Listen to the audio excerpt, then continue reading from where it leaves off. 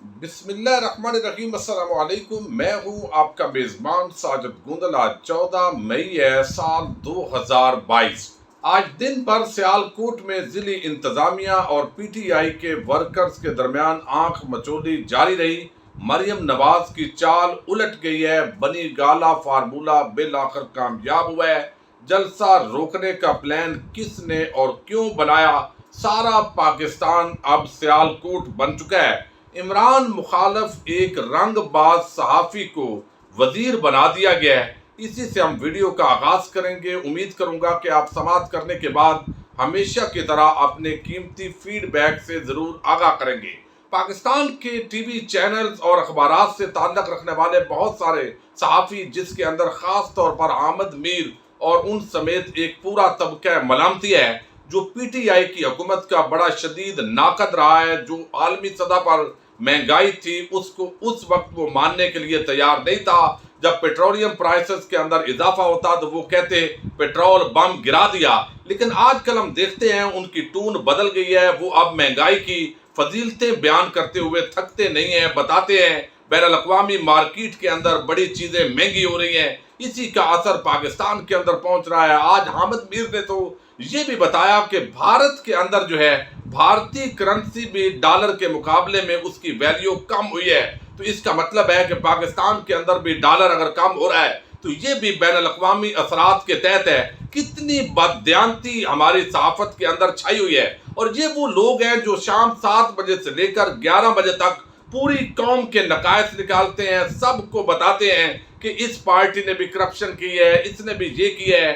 اخلاقیات کے بڑے لیکچرر بن کر یہ تمام قوم کو ایجوکیٹ کرنے کی کوشش کر رہے ہوتے ہیں۔ اب اسی طبقہ ملامتیہ سے تعلق رکھنے والا ایک رنگ باز صحافی فہد حسین، ڈان نیوز سے اس کا تعلق تھا، ڈان اخبار کے اندر اس کے آرٹیکل چھپتے تھے، ایک بڑا صحافت کا نام تھا، اور یہ مسلسل عمران خان کے مخالف لکھ رہا تھا۔ جہاں پر یہ بولتا تھا، کہیں پر گفتگو ہوتی تھی ٹی وی چینل پر، وہاں بھی بتاتا تھا کہ آصف زرداری کی کیا فضیلتیں ہیں، یہاں پر شہباز شریف کتنا بڑا اس کی سپیڈ ہے، اور مریم نواز کی کیا زبردست کوالٹیز ہیں، نواز شریف اگر آ جائے پھر تو پاکستان کی تقدیر بدل جائے۔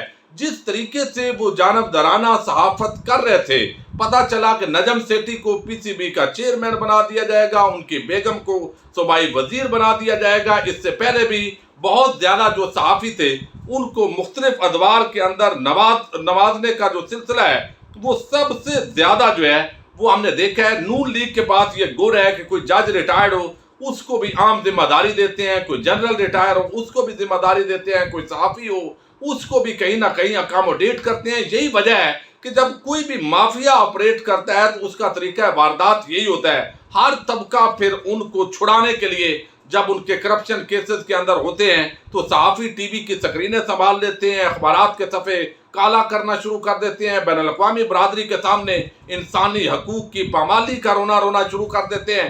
اسی طرح جو سیاستدان ہوتے ہیں پھر وہ بھی پیٹی بھائی ہونے کی حیثیت سے ایک جگہ پر ہو جاتے ہیں۔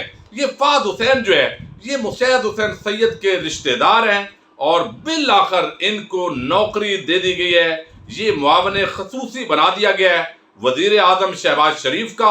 انہوں نے بڑی خدمات سر انجام دی ہیں عمران خان کو حکومت سے الگ کرنے کے لیے۔ ظاہر ہے ٹیلی ویژن چینلز پر، اخبارات پر جس طریقے سے انہوں نے لکھا بولا، یہ یقیناً خدمات ہیں۔ اب اسی طرح حامد میر، نجم سیٹھی اور طلعت حسین، بہت سارے لوگ جو ہے ان کو بھی بڑی بڑی نوکریاں شاید آنے والے دنوں کے اندر ملے گی، اور اس وقت ایک مقابلہ بھی بتایا جا رہا ہے، اس طبقہ ملامتیہ کے درمیان چل رہا ہے کہ کس نے کون سا عہدہ لینا ہے۔ اس سے پہلے عرفان صدیقی ہوں، عطاء اللہ قاسمی ہوں، بہت سارے ابصار عالم ہوں، مختلف لوگوں کو مختلف عہدے دیے گئے۔ اب یہ ابصار جو یہاں پر فہد حسین ہے، یہ اب اس کو نوکری ملی ہے وفاقی وزیر کے مطابق، برابر اس کو مراعات حاصل ہوں گے، تو آپ یوں سمجھیے کہ یہ وفاقی وزیر بن گیا، الیکٹ نہیں ہوا، تو یہ ایک بڑی عجیب صورتحال ہے۔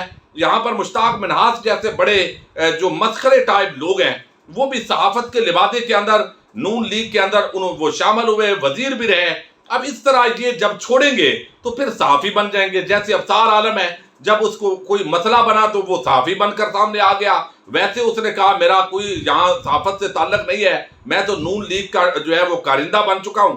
تو یہ بہرحال ایک اور رنگ باز صحافی جو ہے اس کو معاون خصوصی بنا لیا گیا ہے. باقی جو ہے اب ظاہر ہے دوڑ لگی ہوئی ہے، اس پر بھی ہم دیکھیں گے، اور اس پر بڑے دلچسپ تبصرے کیے گئے ہیں مختلف صحافیوں کی طرف سے. بعض نے تو کہا کہ کوئی اتنا بڑا مسئلہ نہیں ہے، بعض نے کہا یہ بہت بڑا دھوکہ ہے کہ آپ نے صحافت کے ٹول کو استعمال کیا اور آپ بالآخر جو ہے معاون خصوصی بن گئے. اب دوسری بڑی جو ڈیولپمنٹ ہوئی ہے وہ یہ کہ یہ جلسہ روکنے کے اقدامات کہاں سے آئے. اب ذرائع جو ہے وہ یہ دعویٰ کر رہے ہیں کہ لندن کے اندر یہ پلان تشکیل دیا گیا اور اس کے اندر اس کو امپلیمنٹ کیا حمزہ شہباز نے. حمزہ شہباز کو چند دن پہلے ایک منارٹی سے تعلق رکھنے والے ایک وکیل ہیں، ان کی ملاقات کروائی جاتی ہے، ان کے ساتھ نون لیگ کے کچھ رہنما بھی تھے، اور وہاں پر یہ معاملہ طے ہوا کہ آپ نے اس طرح کا ایک ماحول بنانا ہے جس کی روشنی کے اندر جو ہے وہ دعویٰ کیا جا رہا ہے کہ پھر اس نے اعتراض کیا، عدالت کے اندر وہ اپنی درخواست لے کر گیا اور ایک ایسا ماحول بنایا گیا کہ جناب یہ تو کرسچن کمیونٹی کی بڑی مقدس کوئی عبادت گاہ ہے جہاں پر یہ جلسہ رکھا گیا ہے، تو یہ تو اقلیتوں کے جو حقوق ہیں وہ متاثر ہوں گے. لیکن پھر پتہ چلا کہ یہ ساری چال تھی. جس طریقے سے مریم نواز نے کہا کہ یہ عیسائیوں کی، کرسچن کی جو ہے وہ مقدس جگہ ہے، یہ بڑا ظلم ہے، زیادتی ہے. پھر انہوں نے ڈی پی او سیالکوٹ کو شاباش حسن شاباش یہ بھی دی کہ آپ نے یہ ٹیئر گیس جو پھینکی ہے، جس طرح گرفتاریاں کی ہے، زبردست آپ نے کام کر دیا ہے. یہی لوگ جب اپوزیشن میں ہوتے ہیں تو اس وقت یہ جمہوریت، انسانی حقوق، آزادی اظہار رائے، freedom of press, freedom of expression, یہ ساری چیزیں ہمیں بتا رہے ہوتے ہیں. جب اقتدار میں آتے ہیں تو پھر یہ سارے ماڈل ٹاؤن جیسے واقعات کرنے کی کوشش کرتے ہیں. مسیح برادری جو ہے بالآخر میدان میں آئی. انہوں نے آج احتجاج بھی کیا کہ بھائی ہمارے کندھے پر رکھ کر یہ کون سا آپ اس طرح کی توپ کیوں چلانا چاہتے ہیں؟ یہ کوئی ایسا چرچ نہیں ہے، یہ ہماری ویسے جگہ ہے، یہاں پر جلسے جلوس پہلے بھی ہوتے ہیں، نوجوان کرکٹ کھیلتے ہیں، تو ہمیں تو کوئی مسئلہ نہیں ہے. تو چند لوگوں کو آگے رکھ کر جو آج یہ ان کے کندھے استعمال کیے گئے ہیں، تو بالآخر بڑی تعداد کے اندر جو کرسچن کمیونٹی ہے انہوں نے احتجاج کیا، وہ سڑکوں پر نکل آئے عمران خان کے حق میں. انہوں نے کہا کہ ہمیں کوئی اعتراض نہیں ہے.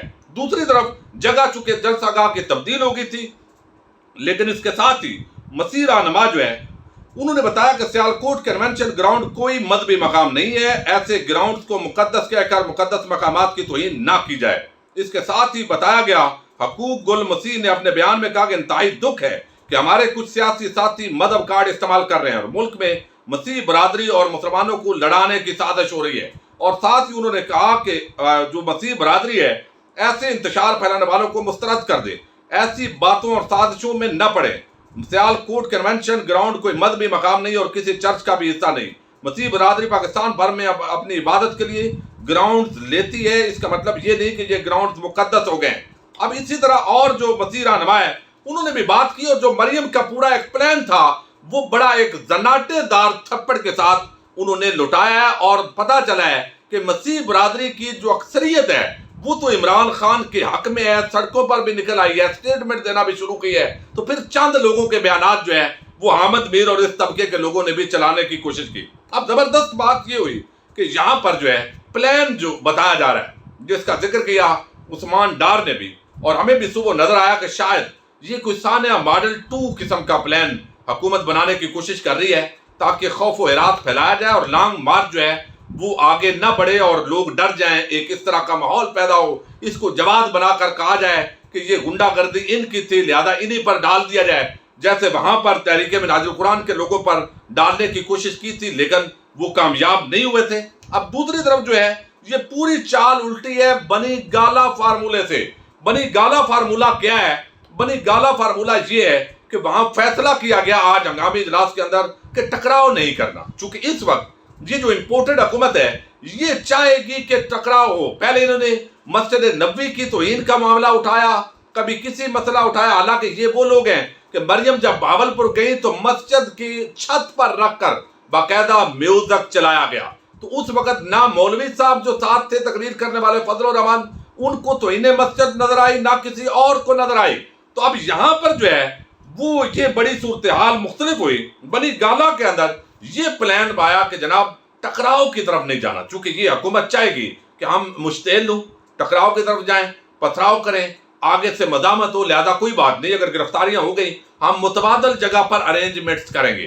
جب متبادل جگہ پر ارینجمنٹس کی باقاعدہ یقین دہانی ہو گئی اور میڈیا کو بتا دیا، تو اس کے بعد وہ جو پورا ایک پلان حکومتی مبینہ طور پر بتایا جا رہا ہے وہ مکمل طور پر ناکام ہوا ہے، اور وہ چال جو بنائی گئی تھی وہ الٹ گئی ہے۔ اس کے رانا ثناء اللہ اور باقی لوگوں نے جس طریقے سے کہا وہ عمل درآمد نہیں ہو سکا، اور انتظامیہ کے پاس کوئی گنجائش نہیں تھی، کیونکہ اب یہ عثمان ڈار اور عمر ڈار کی اپنی جگہ ہے جہاں وی آئی پی گراؤنڈ کے اندر یہ باقاعدہ جلسہ جو ہے اس کا انعقاد ہو رہا ہے۔ تو یہ ایک بہت بڑی کامیابی ملی ہے، اللہ تعالیٰ نے ایک بڑے سانے سے بچا لیا۔ اور دوسری طرف شہر اب سیالکوٹ بن گیا ہے، تمام بڑے شہروں کے اندر لوگ سڑکوں پر نکل چکے ہیں، اور اس وقت امپورٹڈ حکومت نامنظور کے نعرے لگ رہے ہیں۔ پہلے شاید اس کی کوریج کم ہوتی، سوشل میڈیا کے ذریعے کم لوگ دیکھتے، پریکٹیکلی کم لوگ جاتے، لیکن اب جو ہے ایک بڑی تعداد اس جلسے کے اندر بنفس نفیس شریک بھی ہو رہی ہے، اور ایک ضد کے طور پر، اور دوسری طرف ہم دیکھ رہے ہیں